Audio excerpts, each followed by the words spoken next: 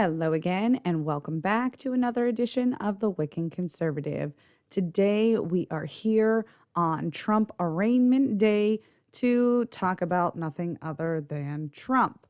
I was going through the news stories because the indictment was supposedly leaked late last night, and I was on a hunt. I wanted to find the actual counts and bring the indictment to you today, but I got a little bit sidetracked. And what sidetracked me was a independent article, which I have on your screen, and it says, former Manhattan DA finally reveals why Trump wasn't charged earlier in the hush money case. Now, this is really interesting because everybody knows that the statute of limitations for these alleged crimes has come and gone. So the biggest question in everybody's mind, along with what is actually in the indictment, would be, why did it take them so long to come to charges? Now, this particular article isn't going to give us much of an answer, but it's going to give us an answer which is going to lead us into a broader discussion of the case. So let's find out why the former district attorney for Manhattan has declined in the past to press charges on this matter. According to this independent article, C.Y. Vance appeared on NBC's Meet the Press on Sunday to discuss the news of the criminal indictment against the former president. During an interview on Sunday's Meet the Press, Cy Vance told the audience that the Department of Justice, which typically holds seniority when it comes to investigating crimes, had asked his office to stand down its investigation into numerous aspects of the former president's activities, presumably including the hush payments to Ms. Daniels. Michael Cohen, Trump's former attorney, would end up going to prison as a result of those payments, which prosecutors argued are illegal campaign contributions for reasons of both their size and secrecy. The exact charges that Mr. Trump now faces are set to be unveiled today, and it has been reported that he faces 32 counts in total. Chuck Todd asked, why didn't you charge the hush money case? Why didn't you ever charge it in 2018, 2019, or 2020? The response, in my opinion, is mind-blowing. As I believe you know, I was asked by the U.S. Attorney's Office in the Southern District to stand down on our investigation, which had commenced involving the Trump Organization, said Mr. Vance. And, as you know, as someone who respects that office a great deal and believing that they may have perhaps the best laws to investigate, I did so. So in other words, he was just following orders. So in order to get a better idea of what they are going to charge Trump with today in relation to what they charged Michael Cohen with in the past, we actually have to figure out what was Michael Cohen charged with and what did he ultimately go to jail for. This is what Michael Cohen actually admitted to. The first thing is tax fraud. The criminal information supplied by the federal prosecutors charges Cohen with evasion of personal tax income from 2012 through 2016. He had 5 counts with a maximum prison sentence per count being 5 years, maximum term of supervised release per count 3 years, and maximum fine per count $1,100 mandatory special assessment. He was also charged with making false statements to a financial institution. Prosecutors charged Cohen with making false statements to a financial institution in connection with a credit decision from about February of 2015 through about April 2016.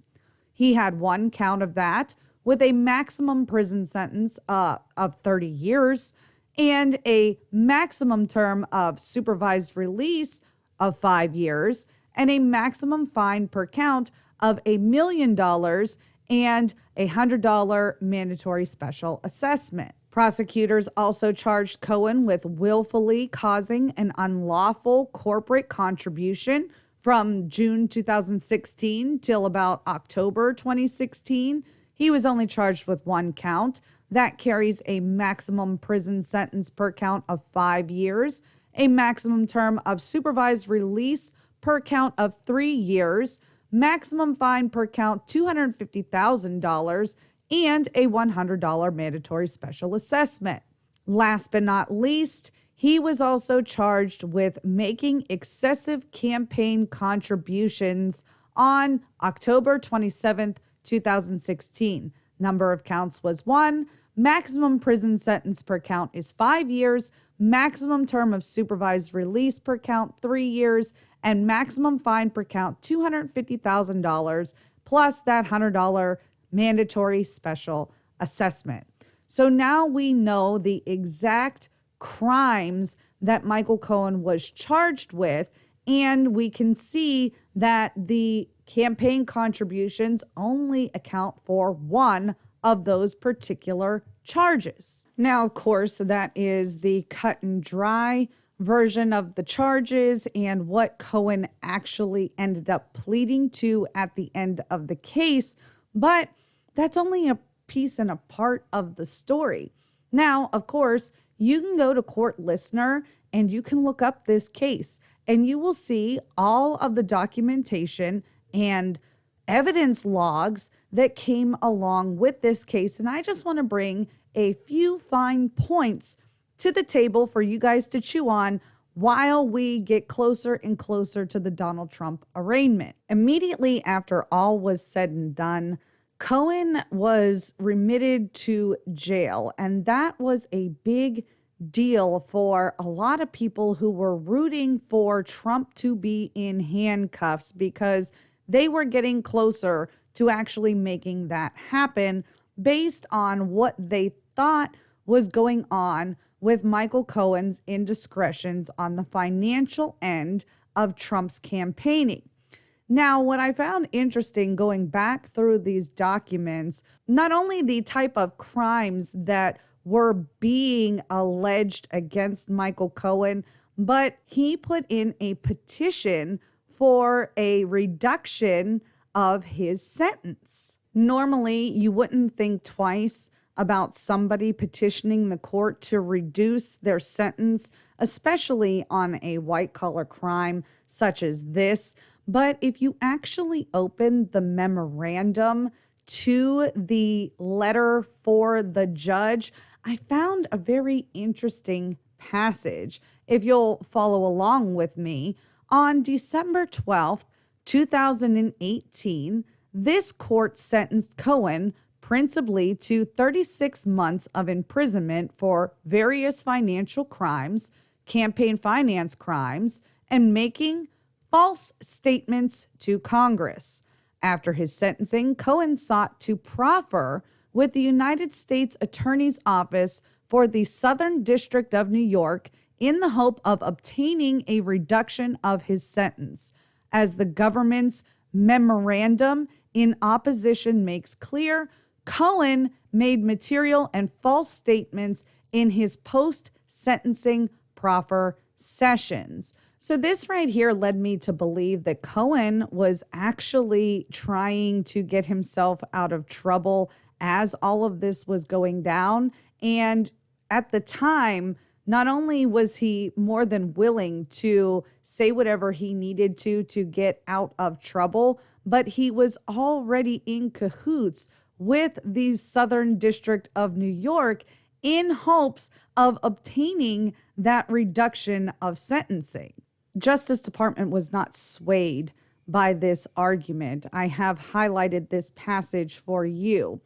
Cohen later sought to reduce his sentence pursuant to Federal Rule of Criminal Procedure 35, relying principally on the same purported cooperation he now cites in service of his motion for early termination of supervised release. Judge Pauley denied the motion, finding that the government's memorandum in opposition makes clear that Cohen made material and false statements in his post-sentencing proffer sessions, and concluding that it's time that Cohen accept the consequences of his criminal convictions for serious crimes that had far-reaching institutional harms.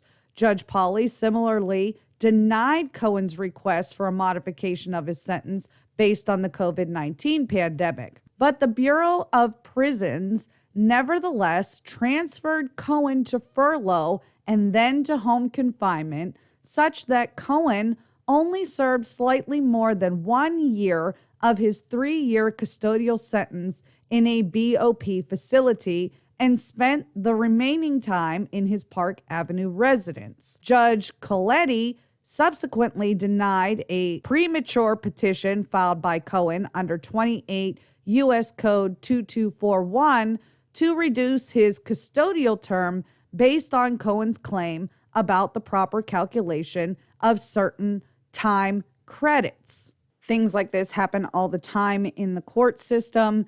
You have cooperating or collaborating co-defendants who are willing to testify against each other.